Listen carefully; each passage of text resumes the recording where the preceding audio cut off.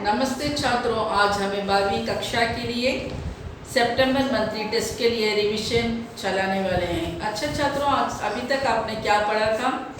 पूरा का पूरा सेकेंड यूनिट सेकेंड लेसन वही होता है सितंबर मंथली टेस्ट का लिए।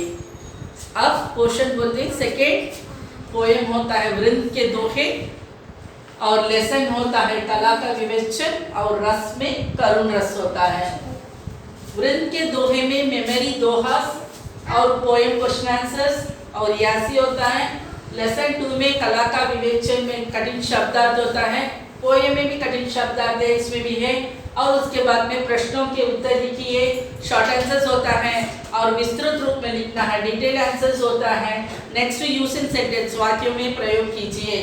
उसके बाद में ग्रामर के तरफ से हमें सिर्फ रस करुण रस ही देखे हैं। चलो अब वृंद के दोहे के बारे में हम देखेंगे। 5 दोहे होते हैं, वो मेमोरी होता है।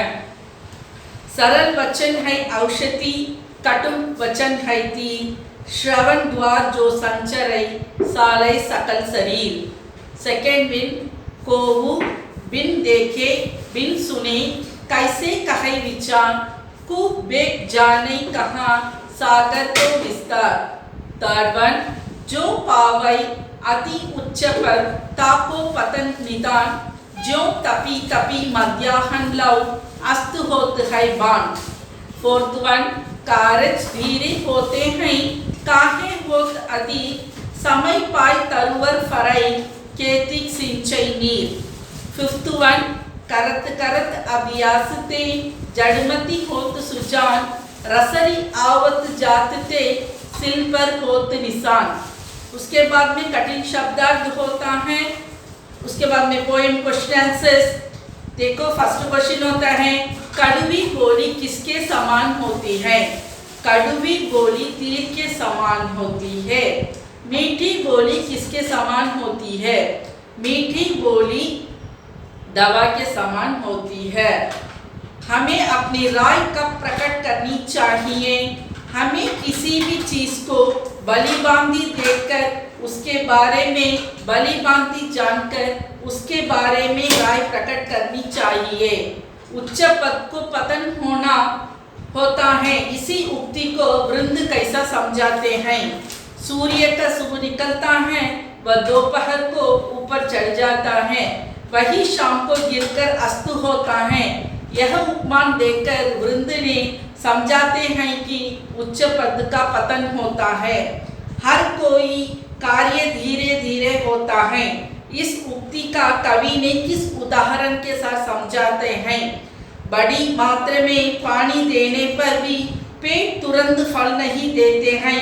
जब उचित ऋतु आती है तभी वह फल देता है।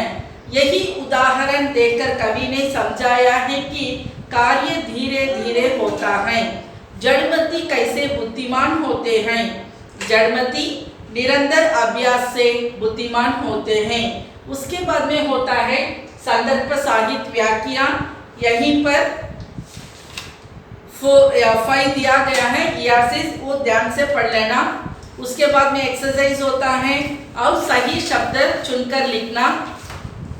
सरल वचन डैश समान है, तीन औषध औषध, किसी की बात सुनकर डैश प्रभाव पड़ता है सारे अंगों पर। उच्च पद पाकर मनुष्य का डैश होता है पतन।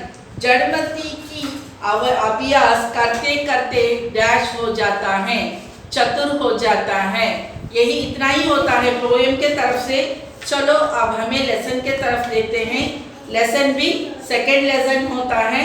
लेसन का नाम है कला का विवेचन।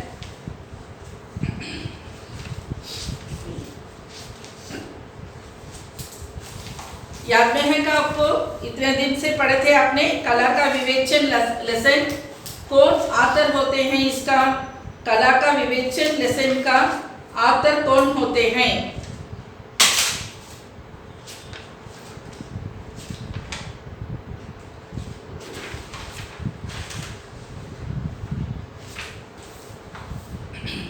बाबू गुलाब राय।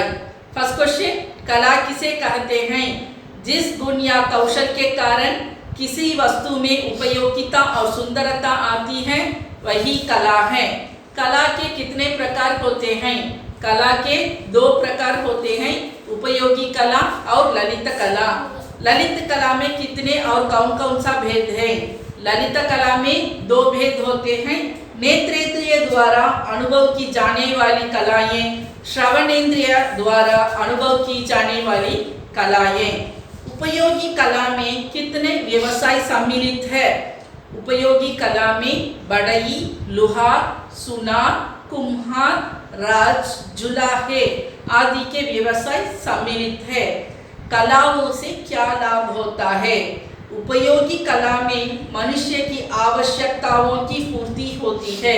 ललित कलाओं द्वारा अलौकिक आनंद मिलती है। मानसिक विकास की कला क्या है, क्यों? ललित कला मानसिक विकास का कला है। संगीत, नृत्य और काव्य इनके कारण मन की रचनाएं कोमल हो जाती हैं, दूसरों के दुख का अनुभव होने लगता है। इसलिए ललित कला मानसिक विकास का कला माना जाता है। मनुष्य कैसा प्राणी है? मनुष्य सौंदर्यपूर्ण प्राणी है। क्या उपयोगी कला के जरूर होनी चाहिए? नहीं, उपयोगी कला को जरूर सुंदर होनी चाहिए, फिर भी उसे सुंदर बनाने से जल्दी बिकती है, बराबर मांग रहती है। इसलिए उपयोगी कला में सुंदरता का मिश्रण किया जाता है। उपयोगी कला की आवश्यकता क्यों बढ़ती है? मनुष्यों ज्यों-ज्यों सभ्यता की सीढ़ी पर ऊपर चढ़ता जाता है, त्यों-त्यों उसकी आवश्यकताओं बढ़ती जाती हैं। उसकी आवश्यकता की पूर्ति उपयोगी कला ही कर सकती है। इसलिए उपयोगी कला की आवश्यकता बढ़ती जाती है। मनुष्यों को क्यों सुंदरता का आविर्भाव करना पड़ता है? मनुष्य सभ्य हो जाता है, इस उन्नति के साथ उसका सौंदर्य ज्ञान भी बढ़ता है। इसलिए मानसिक तृप्ति के लिए मनुष्य को सुंदरता का आविर्भाव करना पड़ता है। सुंदरता का आधार क्या है? हर देश के लिए अपनी अपनी सभ्यता की कसौटी के अनुसार सुंदरता का आदर्श स्थिर करते हैं। अतः हम कह सकते हैं कि सभ्यता ही सुंदर का आधार है। नेत्र द्वारा तृप्त करने वाला कलाएं कौन सी है? वास्तुकला, शिल्पकला, चित्रकला, इन तीनों कला ने नेत्र द्वारा प्राप्ति का विधान करने वाली कलाएं हैं। कानों द्वारा तृप्ति का विधान करने वाली कलाएं के कितनी और कौन कौन सी है? कानों द्वारा तृप्ति का विधान करने वाली कलाएं 2 है, वे संगीत कला और काव्य कला। नाक का महत्व क्या है? नाक को सुचारू रूप से व्यवस्थित करने के भिन्न भिन्न रसों और भावों को आविर्भाव होता है। किन उपकरणों के द्वारा कलाओं का सन्निकर्ष मन से होता है? जिन उपकरणों द्वारा कला का सन्निकर्ष मन से होता है वह चक्षुरिंद्रिय और कर्णेंद्रिय। ललित कलाओं किस दृष्टि के सौंदर्यों का प्रत्यक्षकरण है? ललित कलाएं मानसिक दृष्टि में सौंदर्य का प्रत्यक्षीकरण है।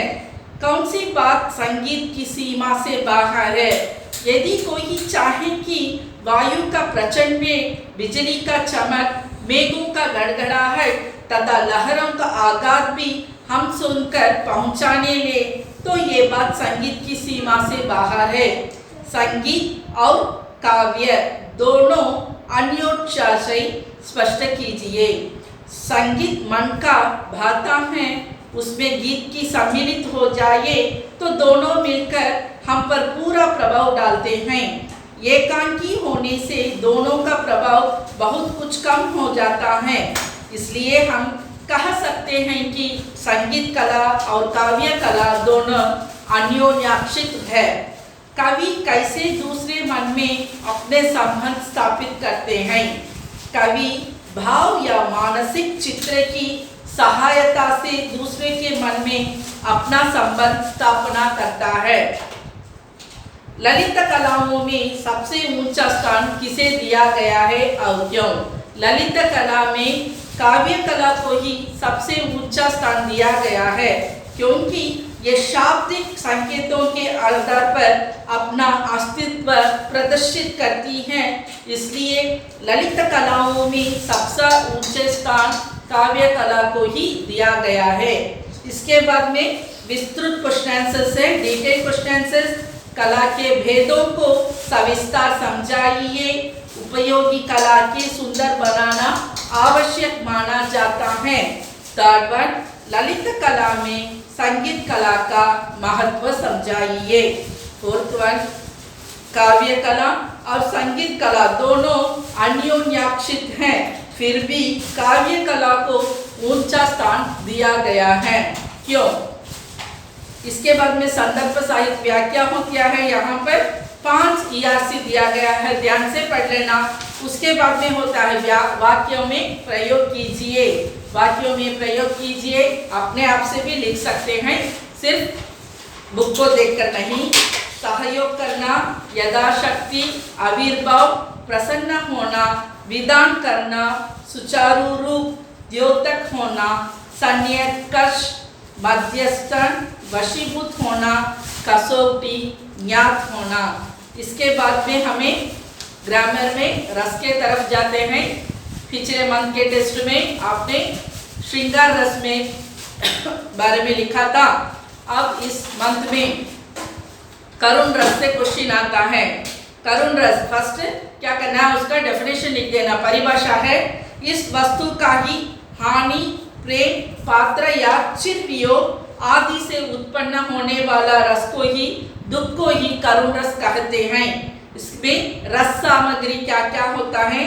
स्थायी भाव, शोक, आलंबन विभाव, बंधु विनाश, प्रिय वियोग, अक्षय विभाव जिसके मन में शोक पैदा होता है, उद्दीपन विभाव प्रिय वस्तु या व्यक्ति का याद, उनका वस्त्र, आभूषण, चित्र आदि का दर्शन, अनुभव, रुदन, छाती पीटना, मूर्छा खाना, प्रलाप करना, भूमि पर गिरना, दैव की निंदा करना। संचारी भाव व्याधि, ग्लानि, मोह, स्मृति, दैन्य, चिंता, उन्माद आदि। उदाहरण, जो बुरी वाक्य भरी विदित है, अनुपे सुहागिनी, हे हृदय वल्लभ हूँ वही अब मैं महाहतभागिनी, जो सातिनी होकर तुम्हारी थी अति सनातिनी है, अब उसी मुझसी जगत में और कौन अनादिनी। यहाँ अभिमन्यु का शव आलंबन है, उत्तरा अक्षय है, पति की वीरता का स्मरण करना उद्दीपन है, उत्तरा का रोना अनुभव है, स्मृति दैन्य, चिंता आदि संचारी भाव है। समझ में आता हो क्या छात्रों? यही होता है, इतना ही पोर्शन से आपको पोयम 2 होता है वृंद के जो है, लेसन 2 होता है कला का विवेचन, और रस में करुण रस है। ध्यान से पढ़ लेना, अच्छे से अच्छे एग्जाम को लिख लेना। धन्यवाद।